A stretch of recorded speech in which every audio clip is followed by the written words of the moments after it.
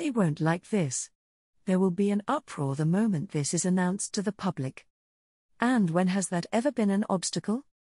In the brightly illuminated chambers of the Imperial Court Council, Jerkniv Rune Farlord El Nix, Emperor of the Baharuth Empire, presided over a meeting between himself, his councillors, and the heads of the imperial branch families. The meeting was much larger than the room was usually set up for, so the attendees were gathered in small groups around the floor as they discussed the items on the agenda.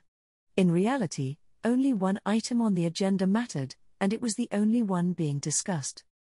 With the advent of the Sorcerer King and his Kingdom of Darkness, what was supposed to be his greatest contribution to the legacy of the Baharuth Empire, the conquest and annexation of their rival, the Kingdom of Re-Estais, had been robbed from him.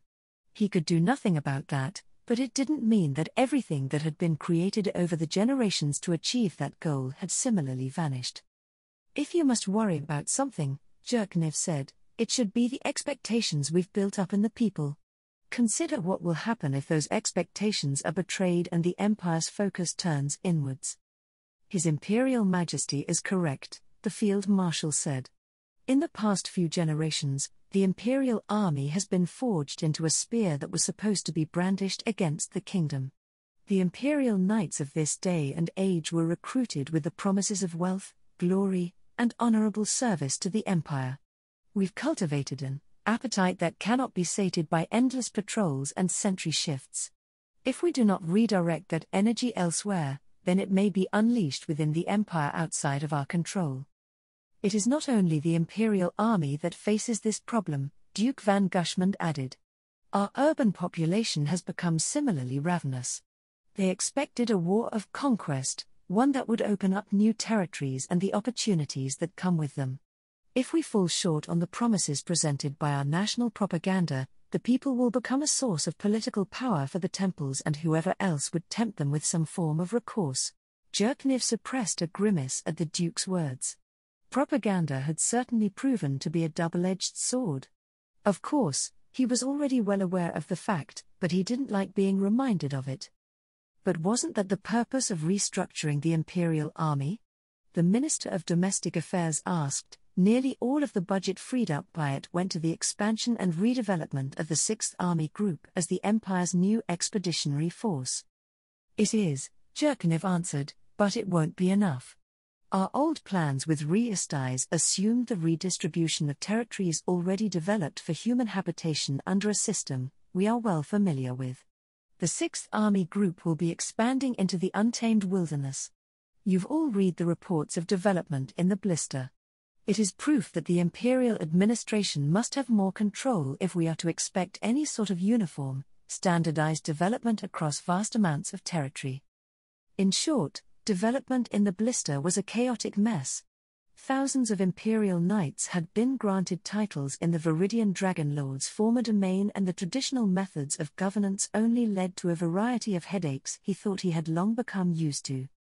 Every newly titled Imperial Knight had been issued staff from the Imperial administration, who would in theory assist with the development and administration of their new fiefs. Every promotion in the Imperial Army came alongside monetary rewards that were, in theory, to be used to fund the development and operations of an Imperial Knight's title.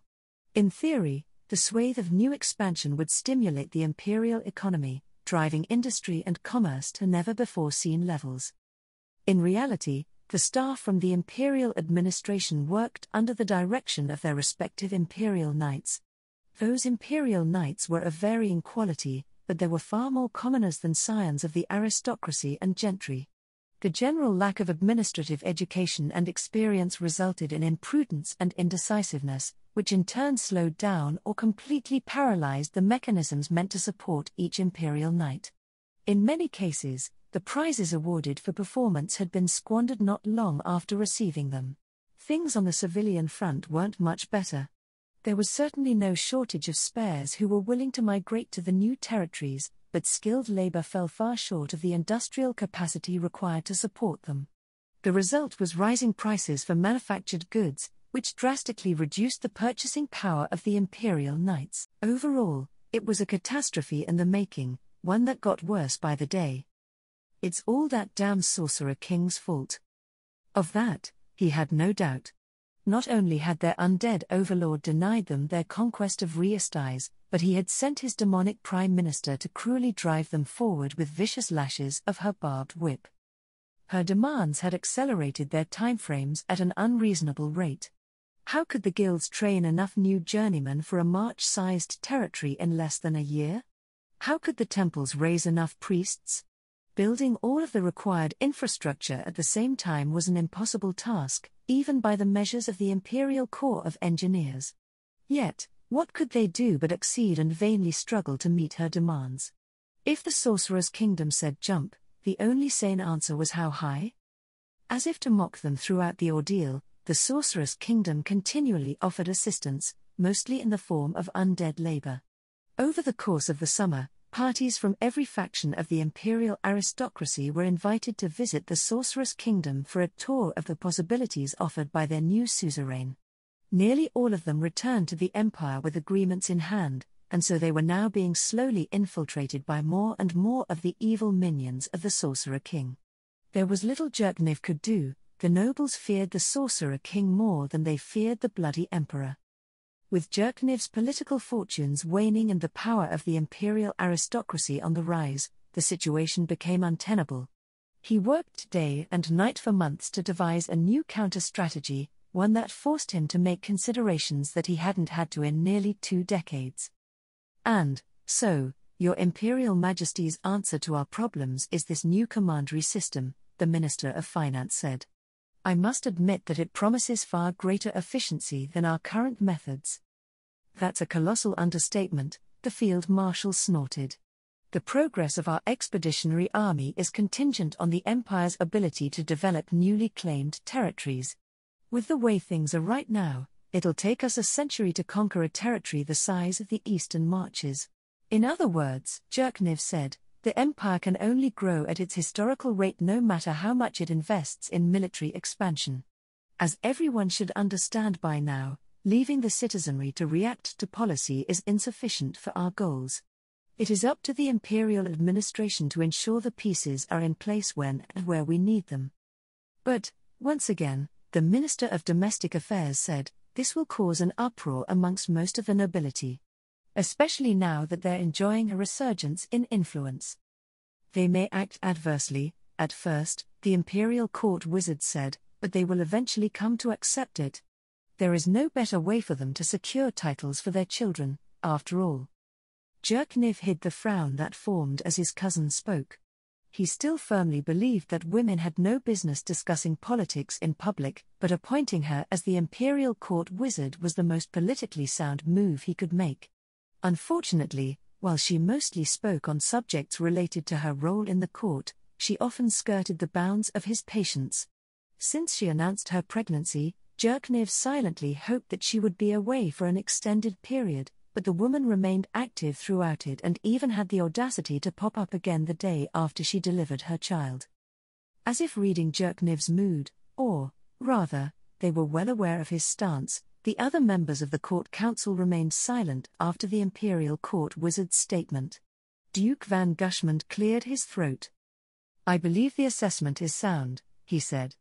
My question is how we will select grand administrators for these new commanderies. The position is 3 or 4 steps up from any administrative position currently in existence. I share in the Duke's concerns, the Minister of Transportation said. While the role of Grand Administrator is well defined by the framework of laws that comes with this proposal, it is at the same time unprecedented. No path of promotion exists to prepare potential candidates for the position. As such, I believe I am not the only one here who would be uncomfortable with any appointment. The beauty of an appointment is that it can easily be rescinded, Jerkniv said. We will not be careless in our selection of grand administrators, but correcting staffing errors is not the same as stripping someone of a hereditary title. Promotions and demotions based on performance are already standard practice in the imperial administration, so there should be little in the way of resistance. Commanderies would serve a similar function as a march, but, unlike a march, the imperial administration would preside over them instead of a marquis. The administrative staff of each fief within the commandery would follow the directives of the Grand Administrator's Office, allowing for more efficient operations overall. The change also had the effect of keeping the Imperial Knights focused on their military duties rather than having their attention divided between soldiering and managing their fiefs. As the assembly continued to discuss his proposal, Jerkniv's attention was drawn to a dark figure approaching him from the entrance of the chamber. "Your Imperial Majesty," Nimble said as he offered a respectful salute, "an official from Foreign Affairs is here to see you."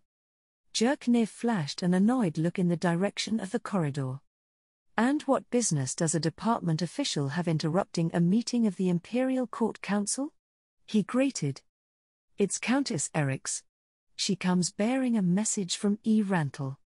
Jerkniv barely managed a nod, the blood draining from his face. The sounds of discussion went silent as everyone watched a girl with oversized spectacles resting upon her freckled nose sweep into the chamber with a leather folder in hand. She stopped 4 meters from Jerkniv's seat and presented herself with a deep curtsy. "Your Imperial Majesty," she said in her almost childish voice.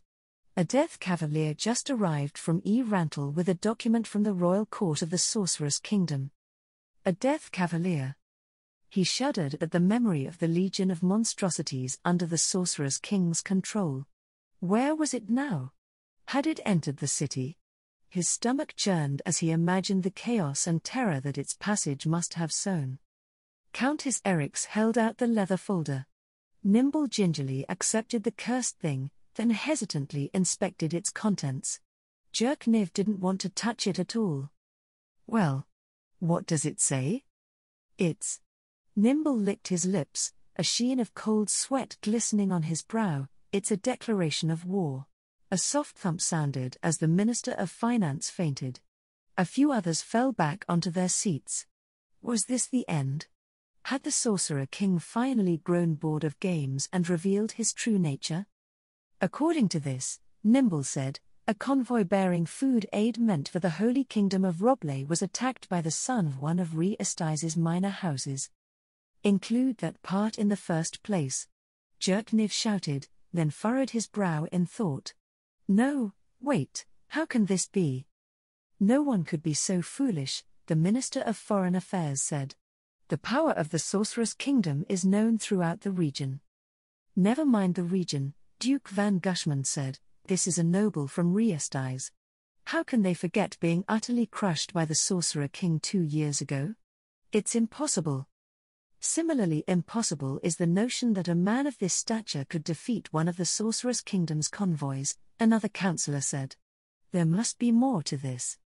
No one voiced their suspicions, but only a fool would fail to come to the same conclusion. The justification for the Sorceress Kingdom's newest war with Re-Estize was nothing more than a brazen fabrication. But what could anyone do? The Sorcerer King could blame Re-Estize for the reign and proceed to raze the entire country to the ground with impunity. Anyone who lifted a finger to help or even voiced their opposition would merely be destroyed along with them. "It looks like the Empire is to endorse their declaration of war," Nimble said as he leafed through the pages in his hand. Jerkniv pressed his lips into a thin line before calling for his imperial seal. He knew that, when he had capitulated to the Sorcerer King, the Empire would also eventually become complicit in the future atrocities conducted by their undead overlord. A small, fanciful part of him hoped that the day would never come, but reality had finally caught up with him. Drops of crimson wax fell like so many bloodstains upon the Sorceress Kingdom's declaration. Jerkniv closed his eyes and took one last, deep breath before affixing his seal to the page. Nimble retrieved the document and presented it to Countess Eryx for inspection. "Would your Imperial Majesty like to include any additional statements?" she asked. "The Baharuth Empire has nothing to add," Jerkniv answered. "But, as our future ambassador to the Sorceress Kingdom, how do you believe this war will play out? What will be the fate of Re-Estize?" Countess Eryx tilted her bespectacled head, resting the tip of her index finger under her chin. After a moment, she shrugged. "I guess they're dead. Why did I bother asking?"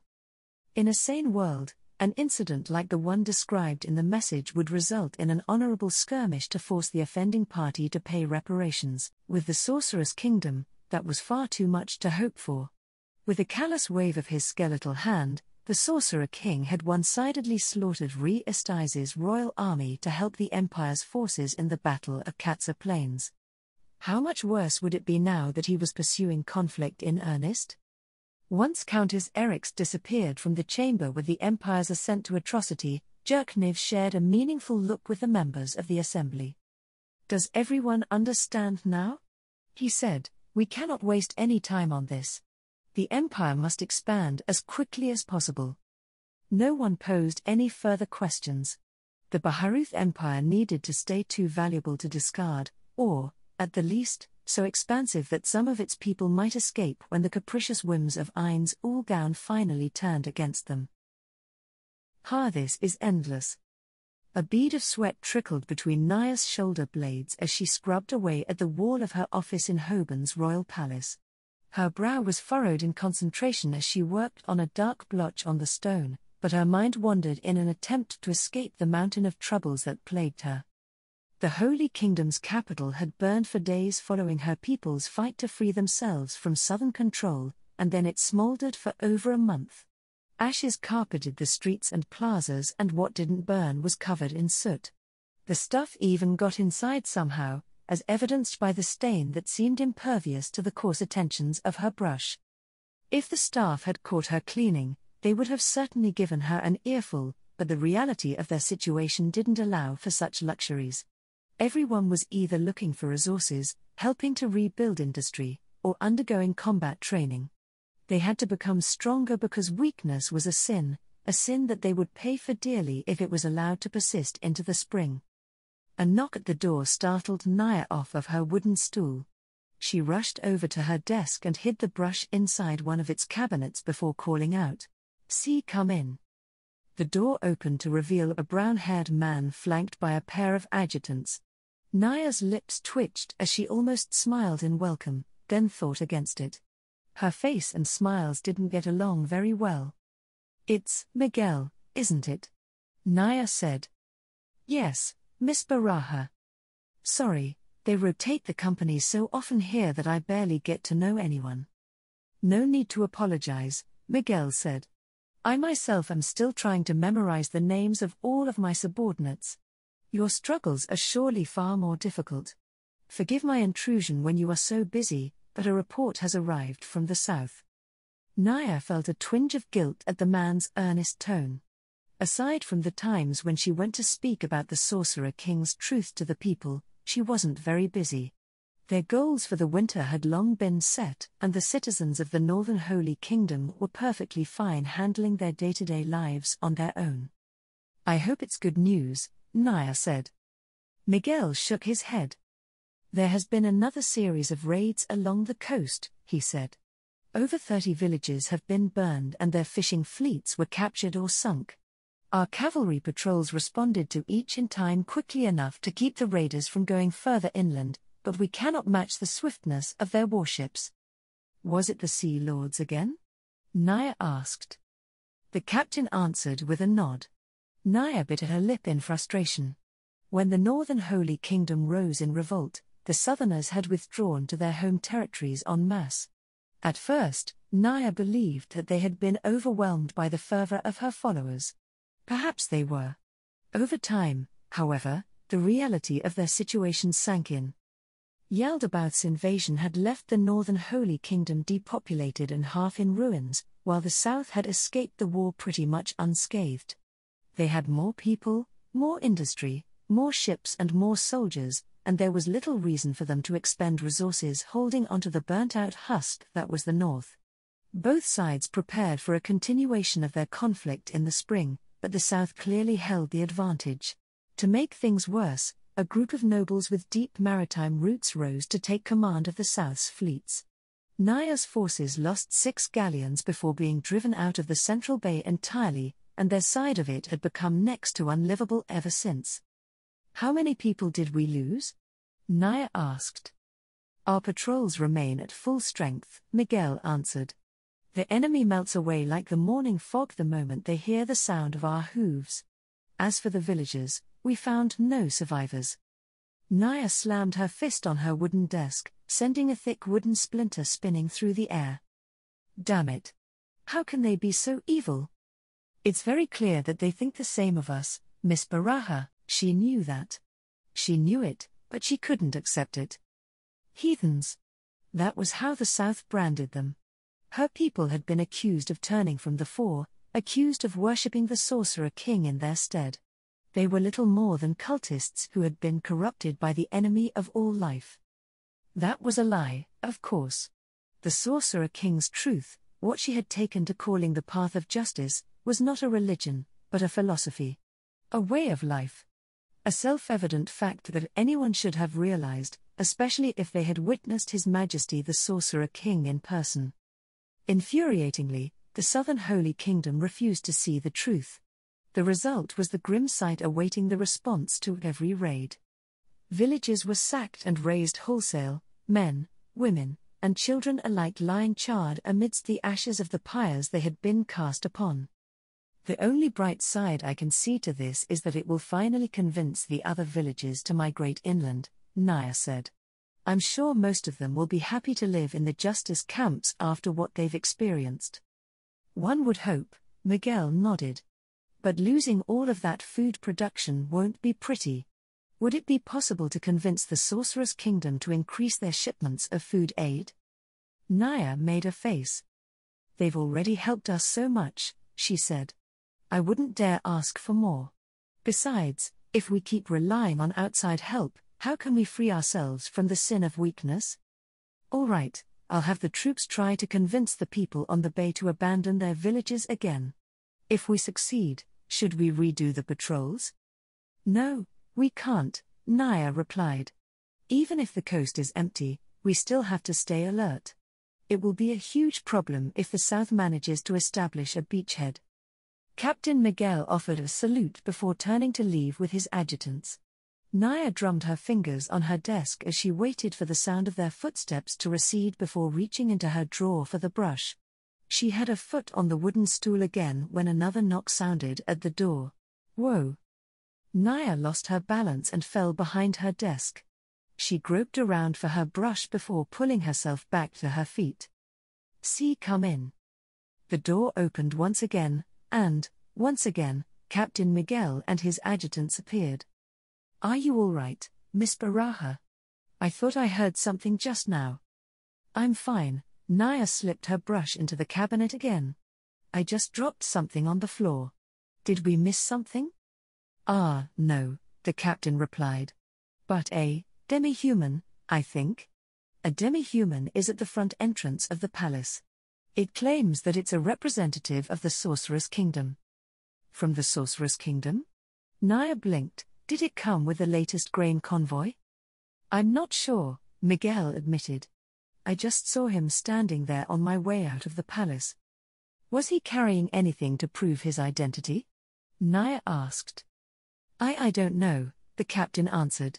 "I think he might have held up something, but I didn't stick around to see what it was." Miguel's unease was evident in both his voice and posture. Given the Holy Kingdom's antagonistic history with the tribes of the Abelian Hills, she supposed it couldn't be helped. "Find Bertrand so he can go and check," Naya said. "And send someone to the kitchen to get a meal together." Once again, Miguel and his adjutants saluted before leaving the room. Naya reached into a drawer, a different one, this time, and picked out one of the eye shades that her followers had made for her.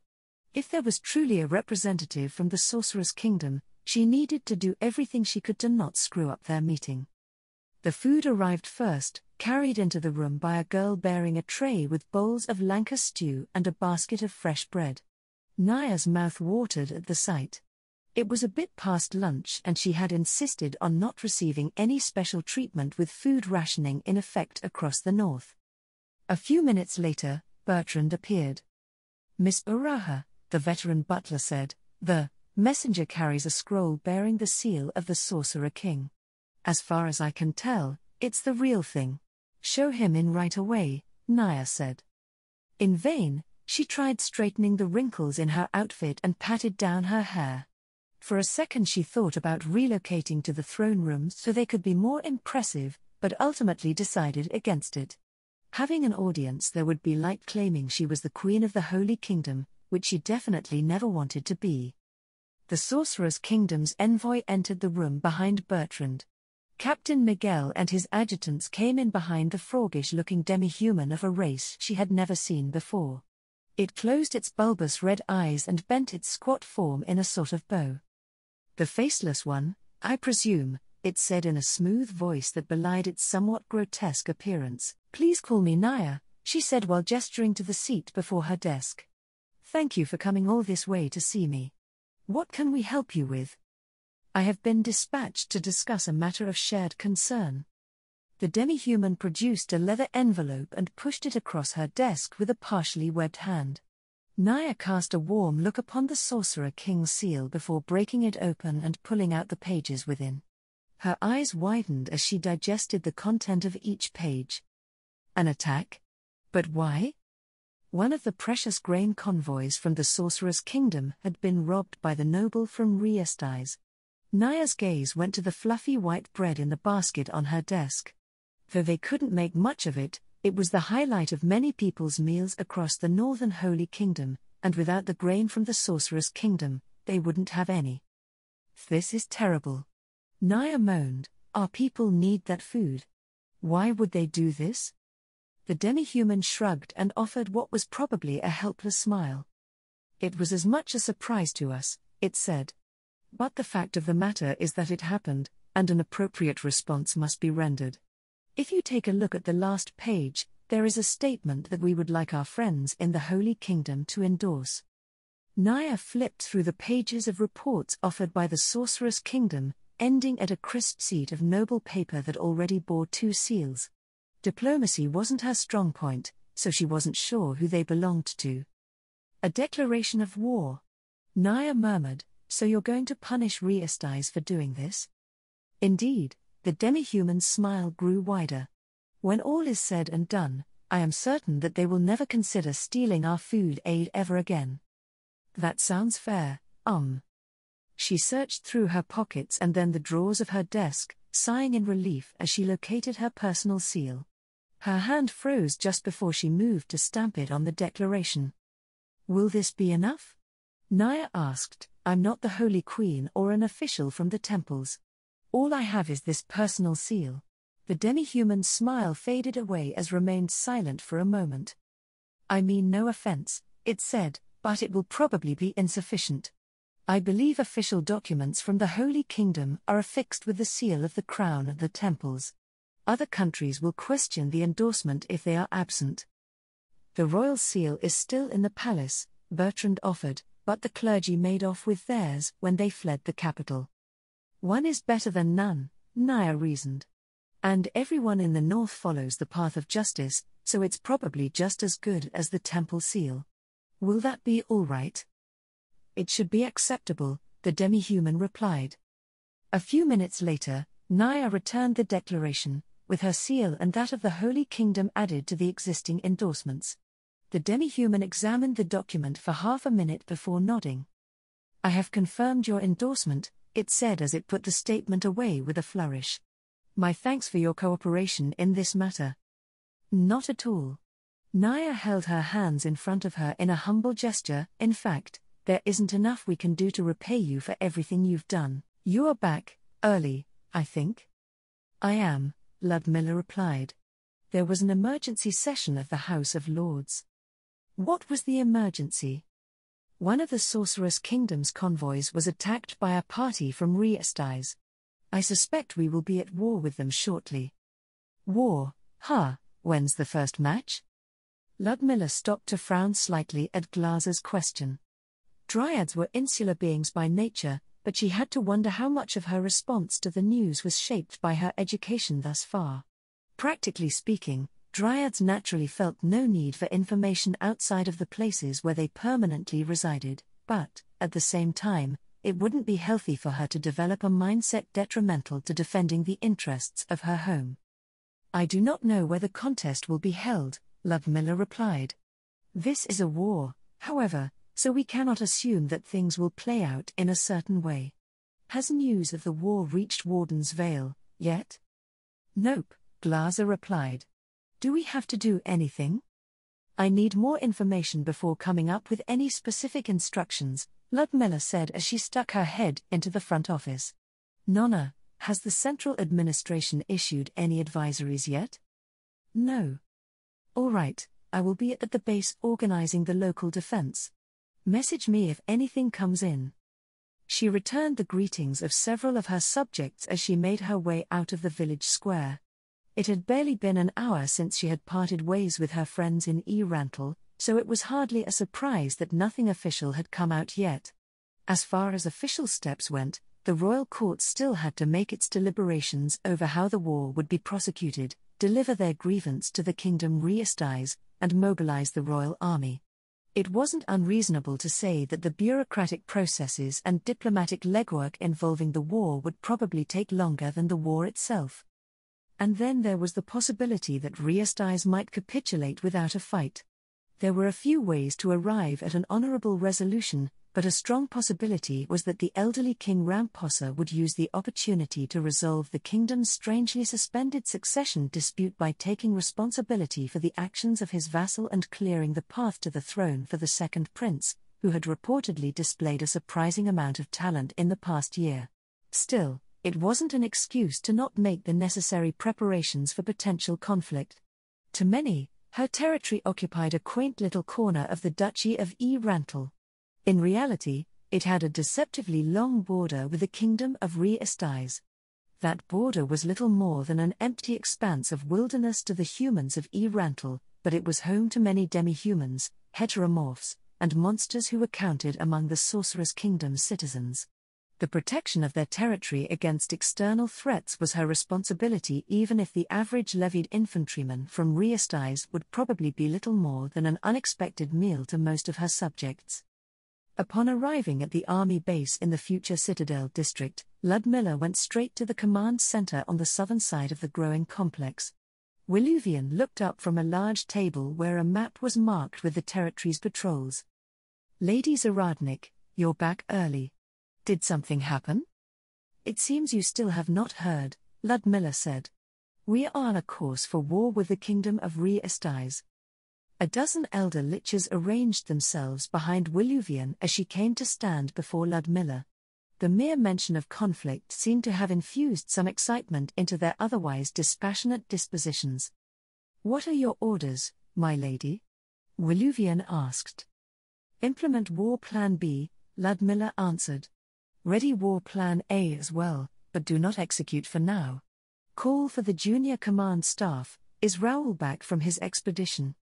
He's still somewhere in the Manticore Mountains, Wiluvian replied.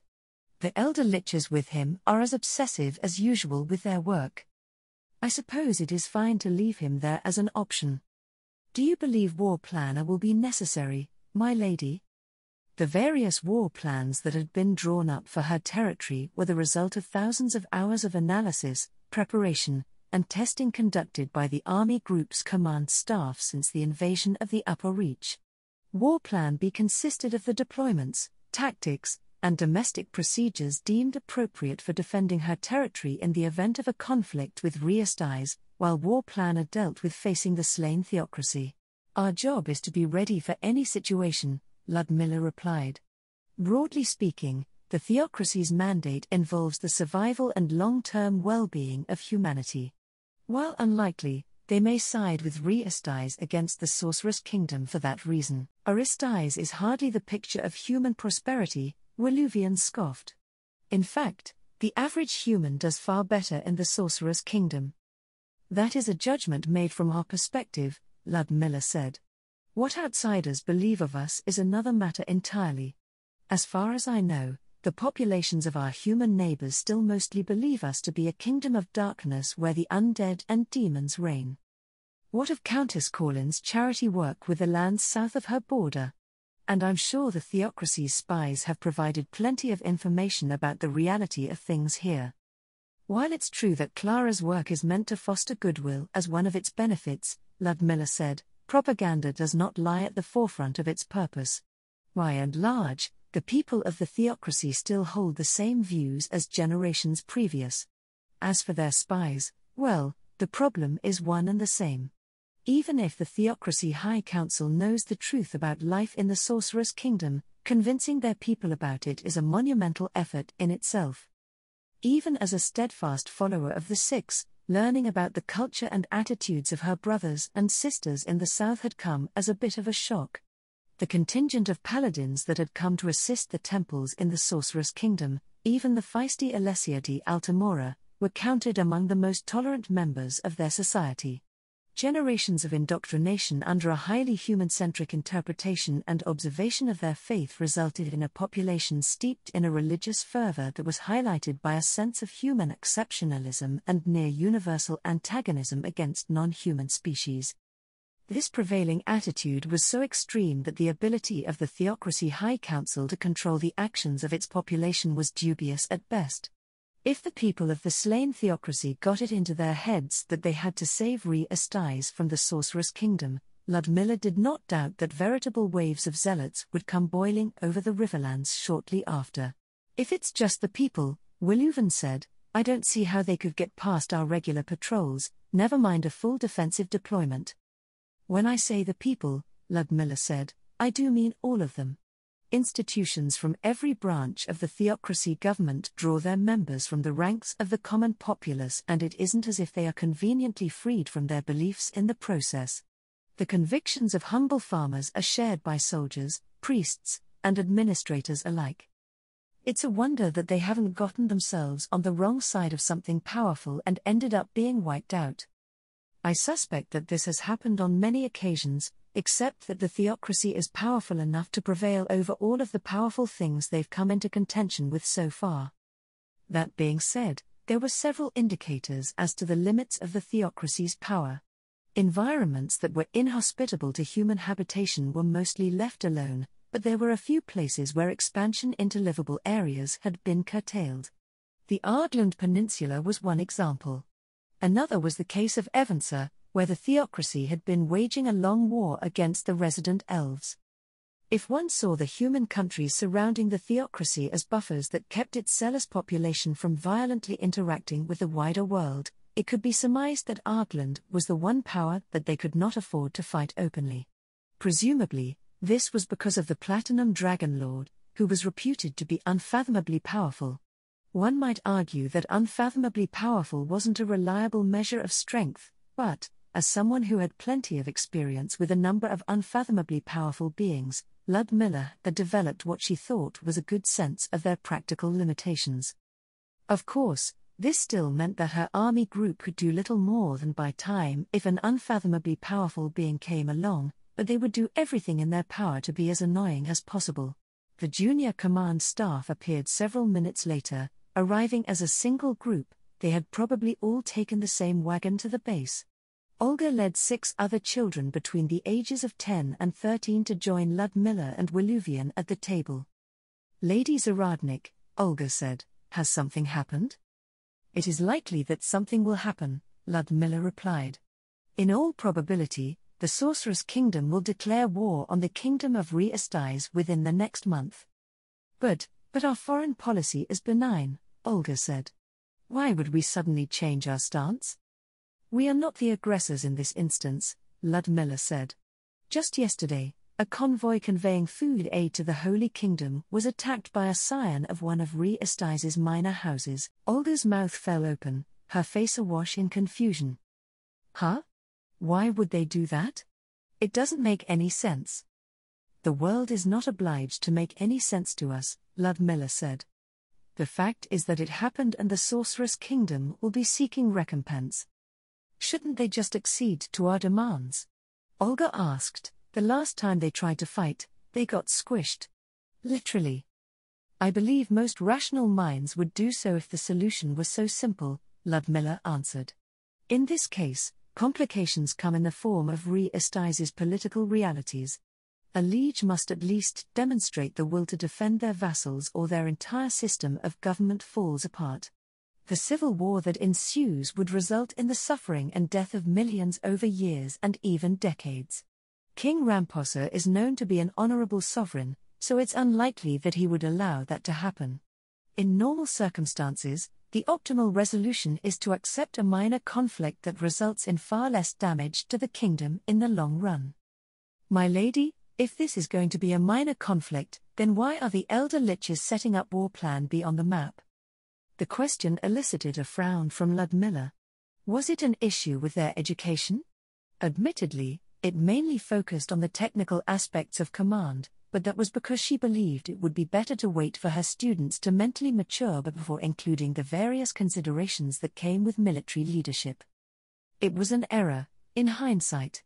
Each stratum of society had its own common sense, and, while there were some overlaps, most of her subjects didn't have a mindset suited for military life. Our primary duty is the defense of the territories under our army group's protection, Ludmilla said. With conflict often comes the unchaining of reason, morality, and even the very perception of reality. Forget about convention and tradition, think about what is possible and prepare accordingly. To do otherwise, to rest assured in a cocoon of complacency woven out of unfounded assumptions, would amount to negligence, the same type of negligence that sparked the inciting incident of this war. A subdued silence fell over the table. The fact that they were about to enter a war due to an act of negligence on the Sorceress Kingdom's part both confounded and infuriated her.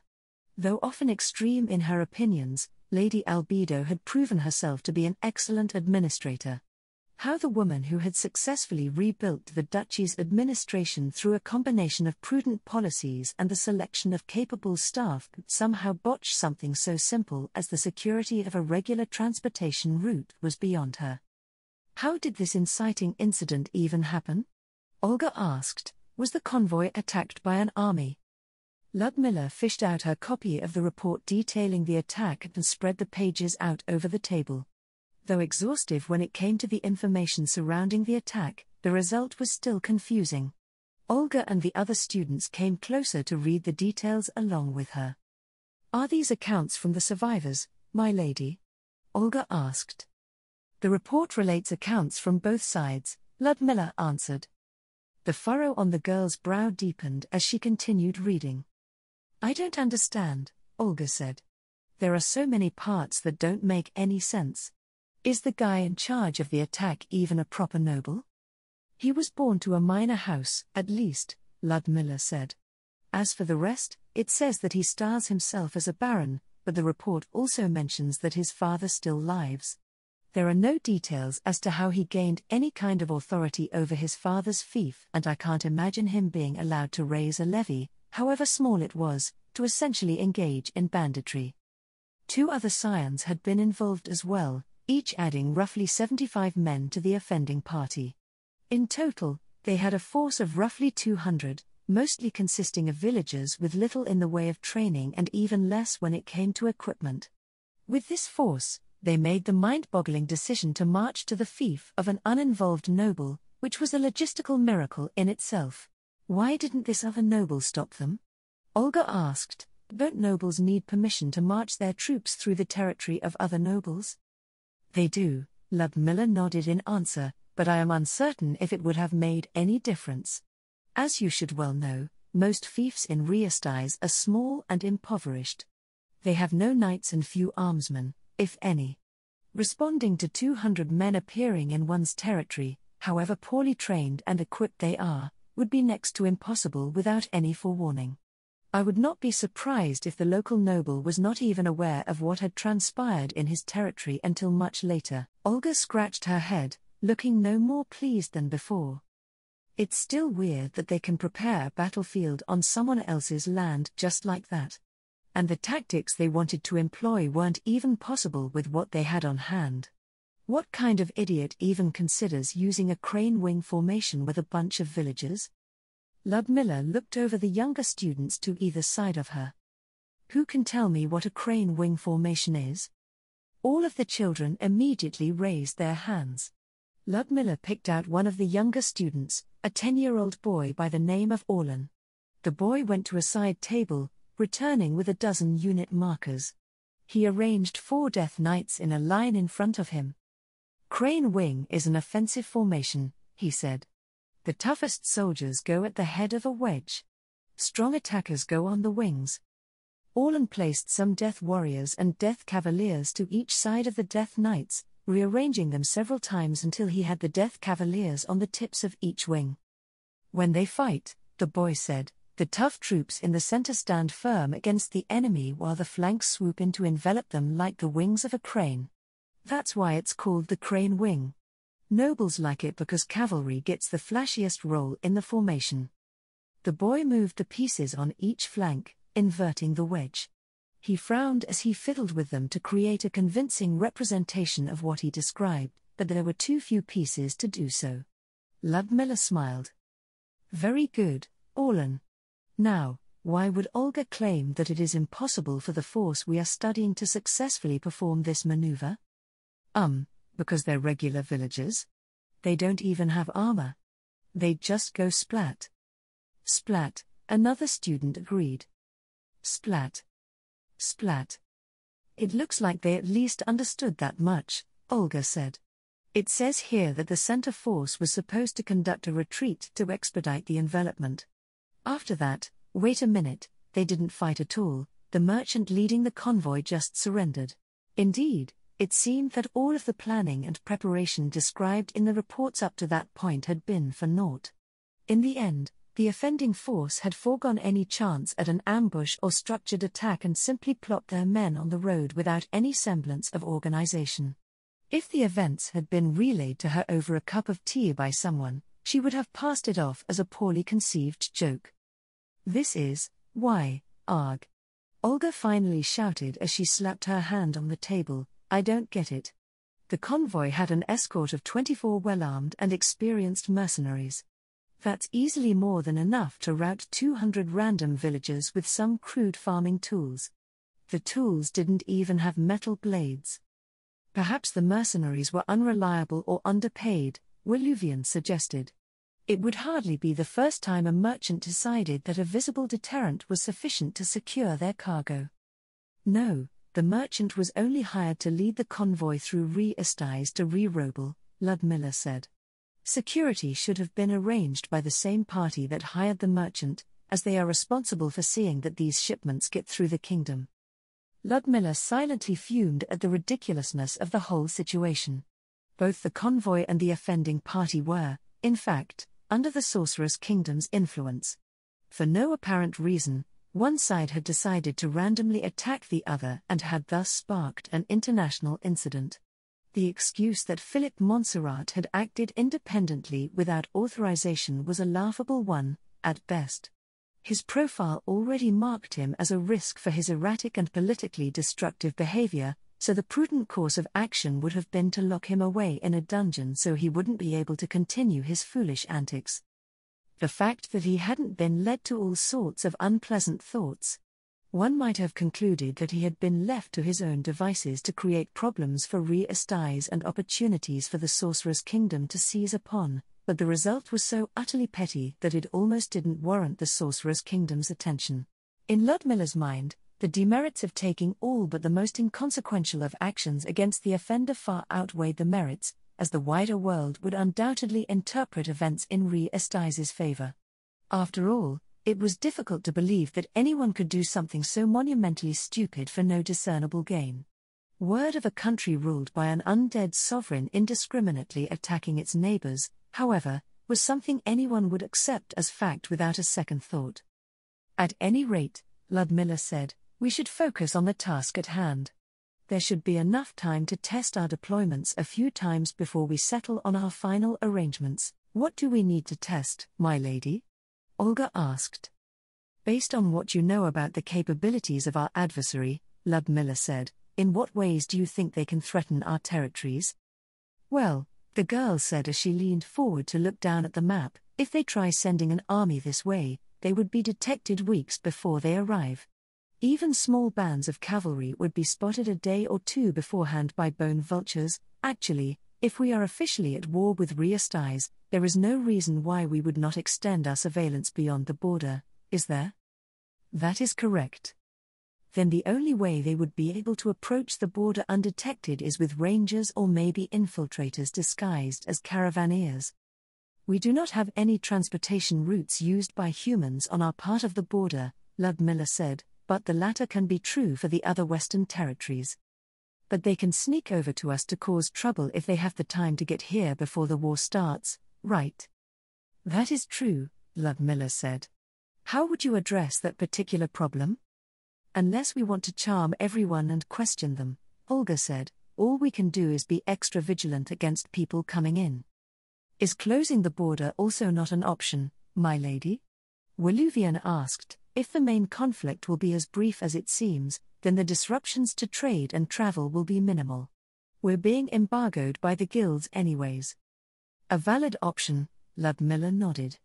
I also believe it is the best way to single out infiltrators, but we will have to ask headquarters for approval just in case they want us to avoid doing anything conspicuous. Now, on to the remaining concern. Her gaze went to the map spread across the table, where roughly 1/3 of her army group had been positioned on their border with Riestais. About 3/4 of the border was along the foothills where she had expanded into the southern border ranges, and the remainder was her part of the official border between the Duchy of Rantel and Riestais. Is Riestais even aware of how the borders have changed? It was unlikely. Intelligence reports from the Azalisian foothills indicated that the human populations west of them had no clue that their tribal neighbors had all been subsumed by the Sorceress Kingdom. Riestais' southern frontier was far less developed, and her territorial administration had received no reports of any clashes between her subjects and any of the sparse frontier territories. Would anyone like to describe the fundamentals that our defense is built upon? Ludmilla asked. This time, Orlan was the only one who raised his hand. A Death Knight and a Death Warrior are placed at the streams and animal trails leading into our territory, he said. Lone vultures and summoned wraiths will do their best to spot anyone trying to sneak by, but why would anyone try to do that? Because while we may consider this a minor conflict, Ludmilla said, Aristais might believe they are in a fight for their existence against monstrous, evil opponents. When open battle is perceived as undesirable, people start looking for ways to wage asymmetrical warfare. As Olga has already noted, the only apparent means for Riestais to do this is to try and sneak past our defenses to conduct raids against our population. Olga snorted. No raid would last very long. The moment they start, the Elder Liches will come flying in to blast them. If they are allowed to start, Ludmilla told the young commander, then we will have failed to achieve the main objective of our mission. In war, all enemies must be treated with the utmost seriousness, no matter how weak they are. Damaged assets and lost lives are not so simply restored. Yes, my lady. Ludmilla eyed Olga as they continued their work. She knew that the girl idolized her and that somehow meant incorporating a high-handed attitude into her imitation of her personality. Was that how people perceived her? While Ludmilla understood that leaders needed to keep a certain degree of space between themselves and their followers, she didn't think that she acted in the callous manner that sometimes surfaced in Olga's behavior. My lady, Waluvian said, you mentioned that we'll be conducting tests against our defenses. Does that mean you'll be the attacker again? I believe our rangers in training will serve as a better representation of what Riestais' army may have to offer, Ludmilla replied. I will brief them once we are done with our opening preparations. As for everyone here, the command staff will split up into 3 teams. Waluvian, Leluvian, and Olga will lead their respective shifts. We are starting this now so everyone has a chance to adjust to their new sleep schedules before the war begins. I will, of course, be around at all times of the day. What about Raoul, my lady? Olga asked. Raoul is still on his mission in the Manticore Mountains, Ludmilla answered. I decided not to alter his orders until headquarters comes up with their plans for prosecuting the war. Since he is already so conveniently positioned, he may even get to play a role in Riestais itself.